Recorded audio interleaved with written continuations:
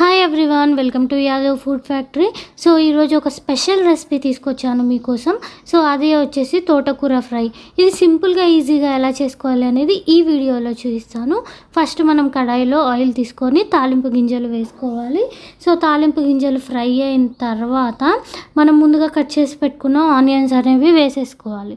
So ఈ onions అనేవి మనము ఒక 2 minutes అలా ఫ్రై చేసుకోవాలి, దగ్గరికి ఫ్రై అవ్వాలన్నమాట. సో ఇప్పుడు ఇందులోకి మనము పసుపు యాడ్ చేసుకుందాం.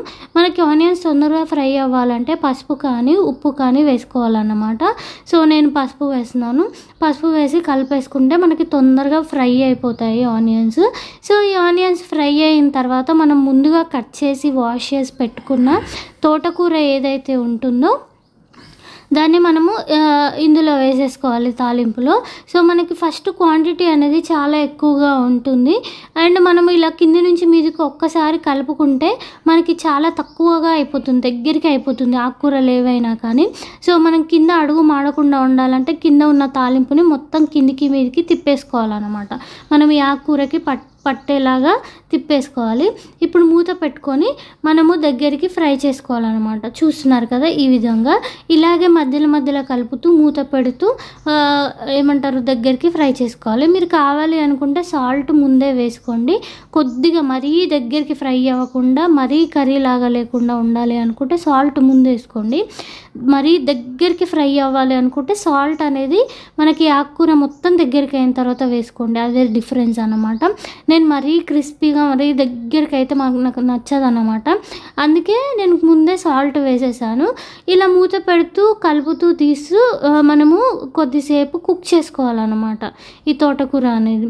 సో నెక్స్ట్ వచ్చేసి మనము ఆల్మోస్ట్ తోటకూర అనేది దగ్గరికి అయిన తర్వాత చూడండి మనకి ఇలా దగ్గరికి అయిపోయింది.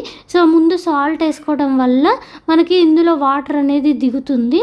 మీకు వద్దు, వాటర్ క్వాంటిటీ అసలు వద్దు అనుకుంటే సాల్ట్ ఇప్పుడు వేసుకోండి.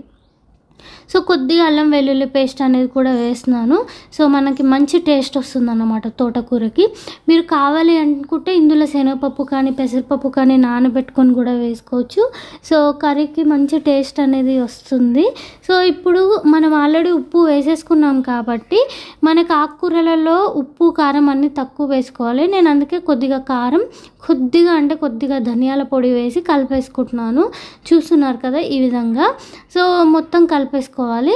మళ్ళీ మూత పెట్టి దగ్గరికి అయ్యే వరకు కుక్ చేసుకోవటమే. సో ఆల్మోస్ట్ కుక్ అయిపోయిన తర్వాత ఫైనల్గా మనము అల్లం వెల్లుల్లి ముద్ద. సో ఇది జస్ట్ గార్లిక్ వెల్లుల్లి ముద్ద అన్నమాట.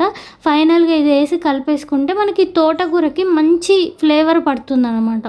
ఇది వేసి కలిపేసి మూత పెట్టేస్తే ఈ వెల్లుల్లి మనకి మంచిగా పచ్చి స్మెల్ లాగా ఉండి మంచి స్మెల్ వస్తుంది. అండ్ టేస్ట్ కూడా చాలా బాగుంటుంది. ఇలా సింపుల్గా ఈజీగా తోటకూర ఫ్రై చేసుకోవచ్చు. మీరు కూడా ట్రై చేయండి. వీడియో నచ్చినట్లయితే సబ్స్క్రైబ్.